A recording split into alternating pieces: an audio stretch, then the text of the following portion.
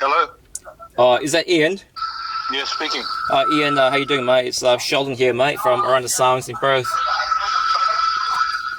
Yeah, good, mate. Sorry, I almost forgot about the interview, and I saw that number. I thought, I don't know that. I'm not answering. Nah, no worries, mate. Then it just occurred to me. Yeah. So, yeah, all good to go. Oh, good to go. Good stuff, mate. Yeah. Are you in Adelaide at the moment? Are you? Or? Where? In Adelaide. No. Where are you calling from? I'm from Perth, mate. From Perth. Okay, yeah, no, I live in Sydney. Oh, okay, cool. Okay, Yeah, cool. Yeah. Yeah, that's excellent. Hey, so how you been? All right? Yeah, not too bad. Not too bad. Just a little bit stir crazy. She's got up and did a bit of a gig recently. I got up with Barnes up at Lizottes in Newcastle and did a few songs, and just felt so fucking good to get up and gig again. Oh, wow. Yeah, in Perth, Yeah. it's pretty free in Perth right now. Everything is open up, in Perth. Like everything's all good to go now, mate. You know. Oh, really? Are they still encouraging social distancing? Are they limiting venue numbers? No, I mean, yeah, they are, but I mean, it's not as bad as New South Wales or Victoria, mate. So we've got like gigs like with 2,000 people, mate. So yeah, it's all pretty good. Okay. Hey, Okay, yeah. yeah, cool. Hey, I saw you. I was watching the Barnsey documentary yesterday, mate, and you have not changed a single bit, mate, since the days that you were working for Tucker's daughter, you know. Oh, okay. What were you watching? Sorry, just yesterday? The Barnsey, the Jimmy Barnes documentary, mate, you know, on Channel 7 last night. It was showing last night. Oh, really? I missed it. No, sorry. Yeah. Oh, really? Okay, I'll have to see if I can find that on one of those streaming things. And Yeah. No, okay. No. Well, cheers. Yeah. Mate, it's quite surreal, isn't it, that you have been a solo artist for the last 30 years. I mean, yes, you are with Cold Chisel still. So you must be doing something that you love doing, you know, for the last 30 years as a solo artist as well. Yeah, exactly. Yeah. Sort of feel pretty. I never forget that from you. One of the lucky ones, and people have said, "Oh, you're so fortunate. You sort of you make a living out of something you love doing." That's you can't get blessings, because there's a lot of people aren't necessarily they got to work to make a living, but it might not be their passion. Yeah. But so yeah, all great from that point of view. Yeah. Very fortunate. Exactly. Yeah. So you've released a album called Live. It's quite ironic, isn't it, that you've released it during a pandemic when everything's all shut, you know? It's almost like a teaser, you know? Yeah, well, I've got to if I can't get out there myself, I've got to get some representation of it out there. So, yeah, no, it's good. I'm really happy with it. Yeah. It's a good representation, I think. It is. So this album was recorded at the Playhouse and Ammo Theatre in 2018. So prior to those performances, did you actually know that those performances would be part of an album release? No. It doesn't really work like that. It's like you get busy setting up the tour and booking your band members, and then working out what your set's going to be, and what your gear's going to be, and then it's like, oh shit, we should try and record a couple nights. And just leave it to management to to organise someone to get along with a half decent bit of gear and get some recording happening. It just happened to be those 2 nights in a row, but with the thought of just record it and see what we're going to do with it. Hopefully it'll turn into something down the line, rather than say, okay, I'm going to, there wasn't a premeditated, right, I'm going to make sure I get a live album out of this completely. There's more that sort of thing of, it's the prudent thing to do is to record something, just in case you do want to release something later on. Yeah. And because the reason why I'm saying is because the recording is pretty awesome, you know. I mean, was there any like post editing involved in it, like post, you know, I guess. Yeah, sure, yeah, quite a bit. But so editing, there's certainly no. I actually wanted to call it 100% live, but just kind of I wanted to change the title to that, from Ian Moss Live to Ian Moss 100% Live, because there's editing, but there's certainly no overdubbing or anything like that. That's for sure. It is 100% live. It's more about sort of sort of cutting bits out and to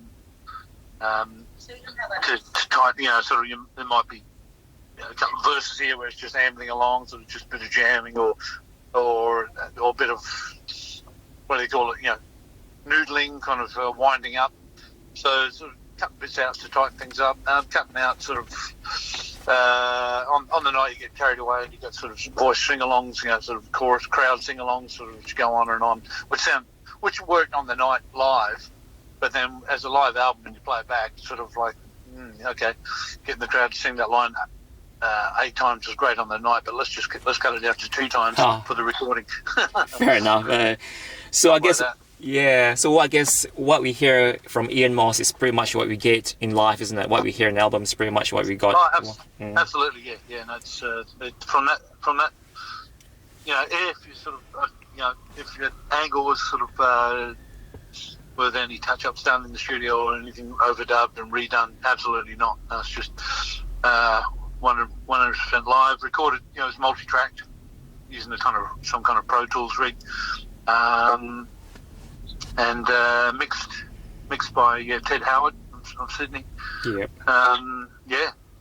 70% of the show, 70% of the album's probably from the Enmore, the other 30% from the Playhouse in Canberra. Okay, so it's not like track 1 to 8 is in Enmore and the other 9 to 16 is on Canberra. It's not like that, is it? Are they a mix and match? Yeah. No, it was more a case of the set was exactly the same from night to night, and quite often is the case with bands these days. You'll tour and you've worked out your set, whether your tour is 20 dates or 200 dates. For a good part, it makes it for a tour as short as this. It was whatever it was, only about 9 days. It made sense to work out what the set was going to be. Beginning and make sure and just stick to that from where to go. So normally what you do is just as I've done before, when I have the Ian Moss 6 strings acoustic album, for example, that was five gigs from every Wednesday night residency. Made sure I did the same set, and then you go through the painful process of sitting down and picking the best version of each song. So that's what you're after, really. That's your main priority, is actually get your best version of each song, no matter what gig it came from. Okay. And why have you chosen these 2 performances as part of the band album release? Is there any particular reason? Is it because I guess it's a prestigious location, is it? Or the best performance, perhaps?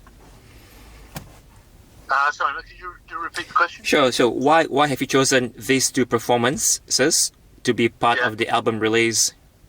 Oh, I see.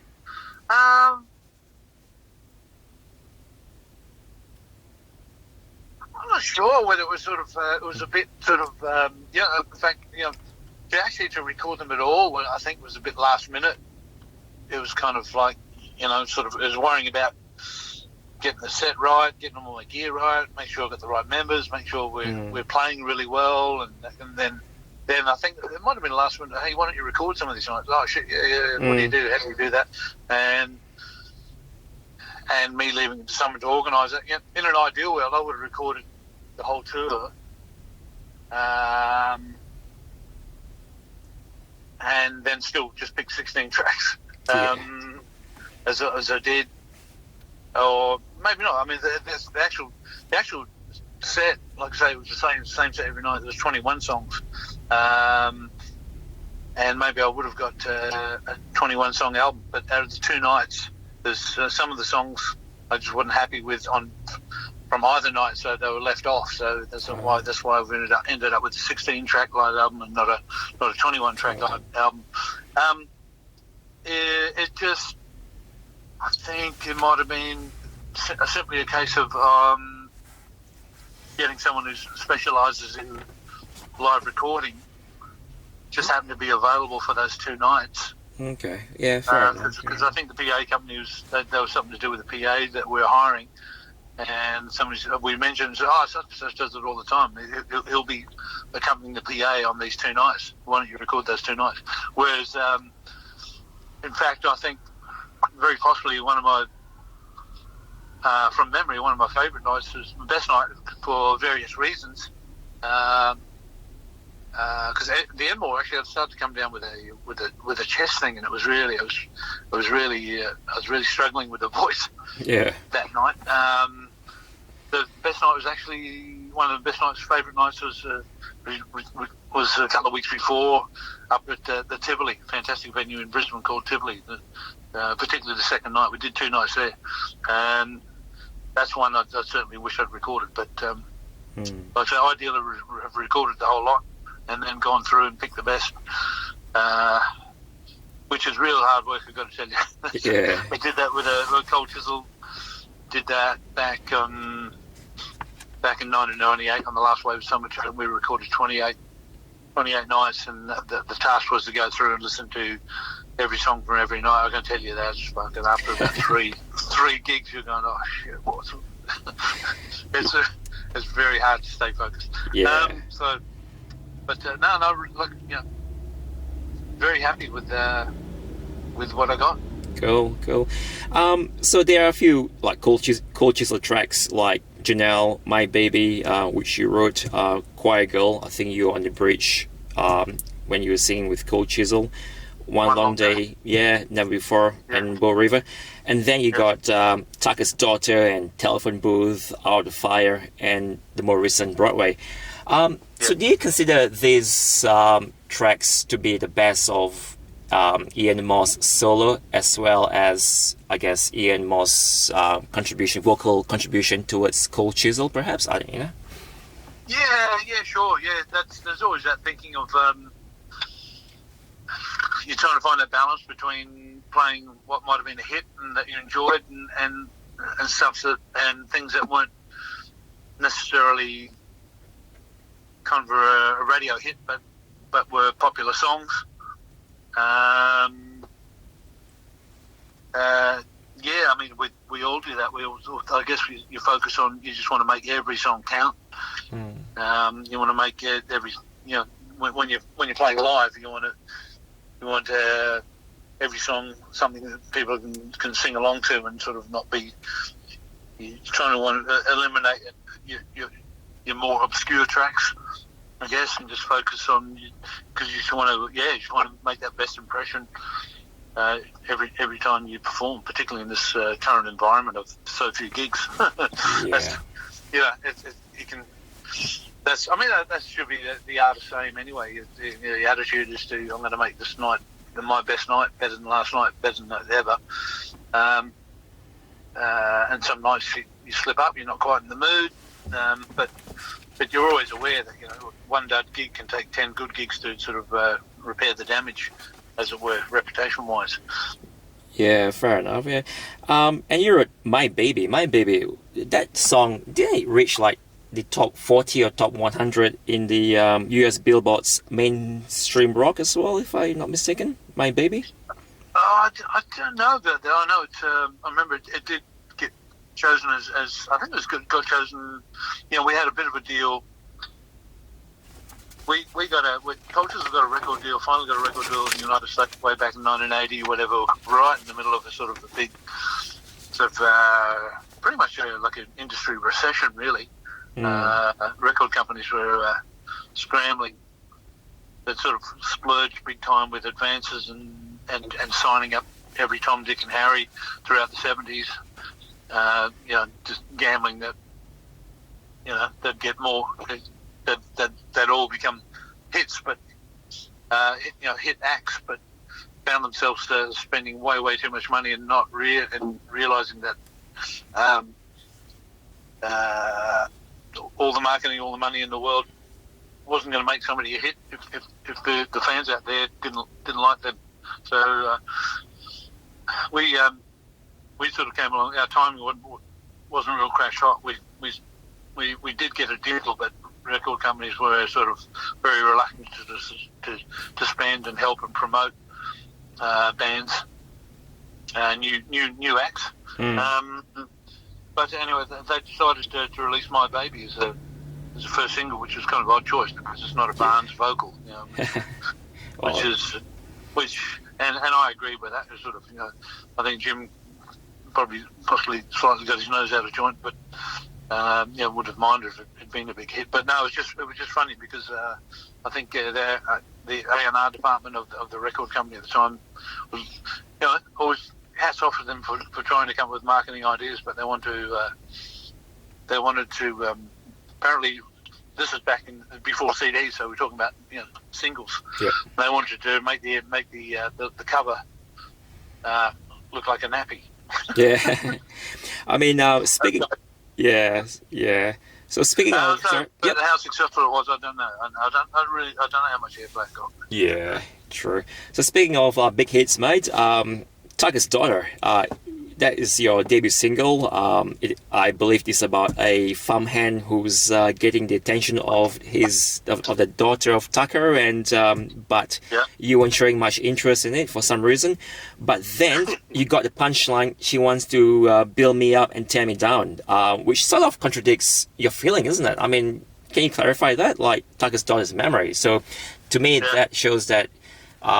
You are the one who's interested, not her. I thought, so if you can tell me more about that line, I mean, it's certainly not based on a particular true story, but with, I guess the idea in the song is that Tucker's daughter is a bit of a, maybe she likes to play the field a bit and sort of. And has been fairly privileged, and there's sort of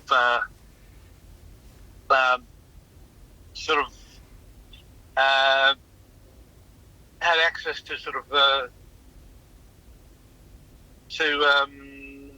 to workers at her disposal that she could have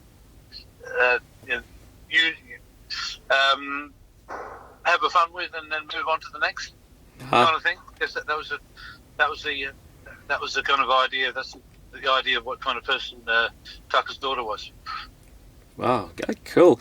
That song's in my head all day today, mate. So, and I keep saying Don Walker is as the main writer, but I believe that you wrote majority of the song. Is that correct? Yeah, it's funny. That was I'd written all the music. Just completely 100% written all the music, and I was living in LA at the time and trying to get the lyrics happening, and I'd actually had the line.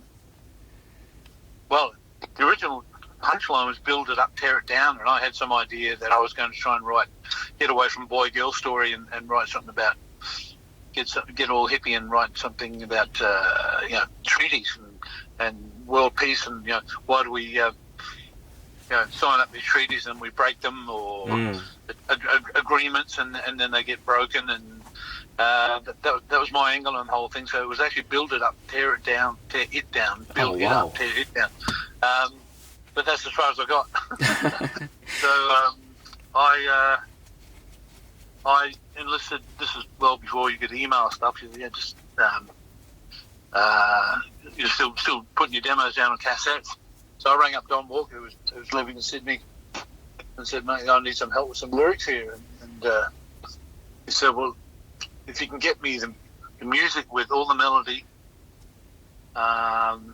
any words you've got, even if you're making them up on the spot, but give me the melody and the phrasing, put it on a cassette and send it to me." So I didn't have any lyrics, but I did mess around with the very first line, and which inspired Don Walker to come up with their story about Tucker. The very first line I ad-libbed as a bit of fun. Definitely had a word in there that rhymed with that, and it began with mother. Because mother, I'm sure you can guess the rest of it. Yeah. I don't know what it said, hang me, mother, whatever. But so yeah, I got that cassette back to Don. Eventually, that was a bit of a story in itself, because we were sort of running out of time. I can't remember why I'd been there for a while, but it's just running really short on time. I think they'd do. I think it had Chris Lord-Alge, who produced a Matchbook album, booked and ready to go, and he had a very narrow window. And it was that short on time. We didn't want to rely on post, so actually had a guy that was managing me at the time, Frank Volpe, raced out to LAX airport and found the Qantas queue and started approaching people with this cassette, asking if they would mind hand delivering it back to back in Sydney. And there was a couple of reactions of people speaking loudly, "I'm not taking that. There could be anything in that." And then Frank having to disappear and just completely leave the building and come back and go to another part of the line, the Qantas queue, and eventually found someone, and the tape got to Don, and he got that, and a week later he came back with this fantastic storyline of Tucker's Daughter. So your initial question is, yeah, it's a 50-50, right? It's all my music. Yep. So if you want to get real picky, it's 51% because the punchline is really mine. Yeah. And Don Walker expanded into a story off that. Oh, cool. And where was the video shot at, by the way? The video, where was it shot at? The video, down in Victoria. Where we passing the yellows, the rape flower. So, that was all down near Geelong. Oh, okay. All out there, out sort of between Melbourne and Geelong, pretty much. Yeah, and the other one, Telephone Booth. It is about enjoying the fruits of a carefree life, is it? Telephone Booth. Yeah, pretty much. It's someone who was a little lost and confused and sort of thought it's literally that's completely a Don Walker song, and I think that was written not that long after when Cold Chisel first ended, and everyone was still pretty depressed and down about that, and wasn't sure what they were going to do next. And Don Walker went on a big long drive, bought a car, and was headed north because he's a Queenslander anyway, and got to up around Ayr is where he was born. Yeah, and thought, I'm going to keep going, and went all the way around, right across the Northern Territory, down the West Coast, and out there. And while he's driving, started writing that song. So it's about someone getting out, needing to find their own headspace, find themselves again, and going for a long drive and sorting it out.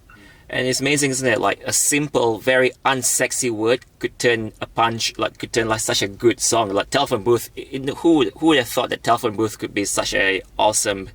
When it's done lyrically, it sounds so good, Yeah, true. Yeah. Yeah. Hey, if you don't mind going back history slightly, how was it like to be in Cold Chisel back in the 70s and 80s, and how do you compare it to now, mate? I mean, is there much difference between then and now?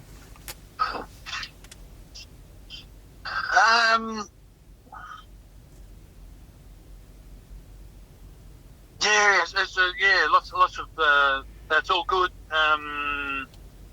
Now, we sort of, I guess, in a lot of ways, we've kind of, we made it fairly big, at least in Australia. We made the big time.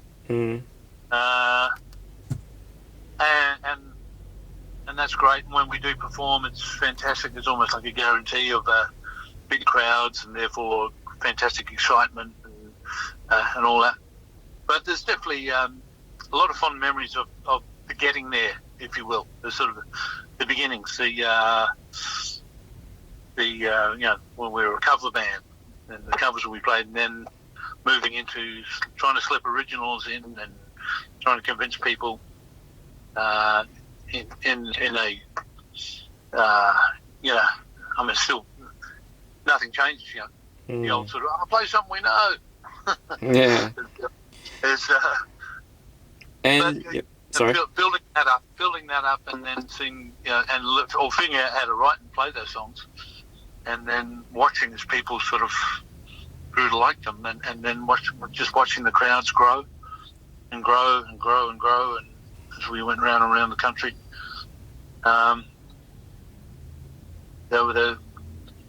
fun years, in some ways. But there's also that I wish I could start again, knowing what I know now.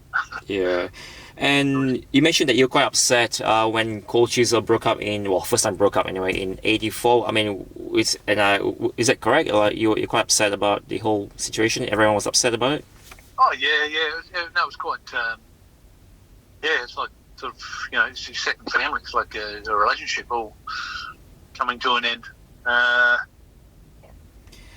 So he was sad about that. It was like sort of, trying to figure out, just couldn't seem to reconcile. You couldn't seem to have a conversation about anything with each other and walk away peacefully. It always end up like a bad relationship. You just scrap about, argue about anything and everything. So it was kind of sad from that point of view. It was also scary because I had no idea that the band, for most bands, when you split up, that's it. It's all over. Forget it. And that's we had no idea that the band's popularity was going to just keep going and going and going through the roof. Didn't occur to us at all. I remember thinking, shit, what the hell am I going to do? I don't have a trade. I don't have a skill. Don't have a degree. I was terrified. Yeah, and I understand that the reason why the band broke up was because, like you say, there were a lot of arguments within the band, but also the fact that you guys were quite frustrated that despite you guys are such an awesome freaking band, you guys didn't make it outside of Australia. Is that the reason why you guys broke up as well? Or?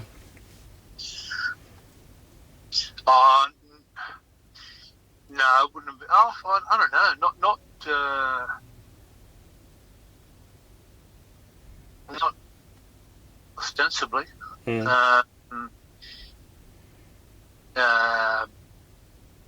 That's more of a. I mean, it was a. Yeah, geez, I don't know. We might have started taking off overseas and still broken up. Yeah, true. we had, who knows? I think it's It's just. I don't think it had much to do with it.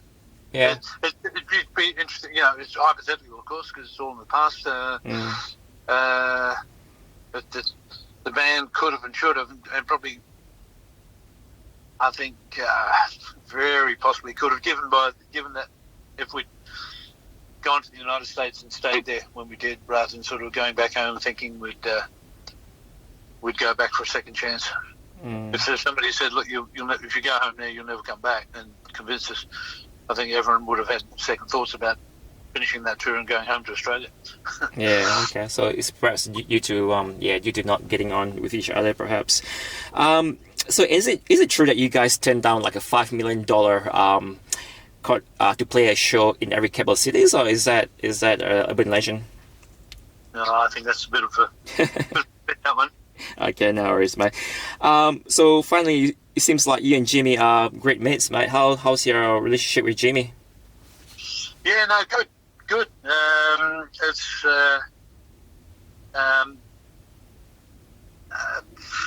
it's I mean, it's inspiring because the guy works so hard. He's writing books and he's doing a performance every day. It's amazing. So. And it was just such a great vibe. Got up with him a few weeks ago at Los Oxos in Newcastle. Very, small, intimate affair. A few tickets online. But I loved it. And I'm pretty sure he was happy. Yeah. So, no, it's all good. Oh, cool. One more last thing. There is you mentioned about the, on your Facebook site anyway, you mentioned about like a pre-order thing for Double City. So tell us more about that, mate.